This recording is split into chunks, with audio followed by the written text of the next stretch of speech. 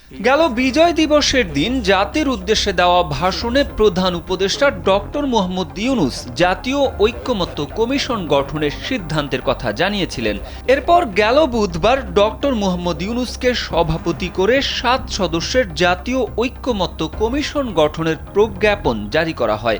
জাতীয় ঐক্যমত্য কমিশনের কার্যক্রম আনুষ্ঠানিকভাবে শুরু হচ্ছে আজ।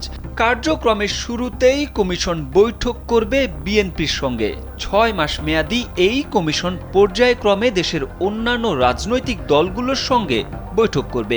শুক্রবার এ তথ্য জানিয়েছেন বিএনপির মিডিয়া সেলের সদস্য সাইরুল কবির খান। তিনি জানান, বিকেলে রাজধানীর ফরেন সার্ভিস একাডেমিতে বৈঠক অনুষ্ঠিত হবে।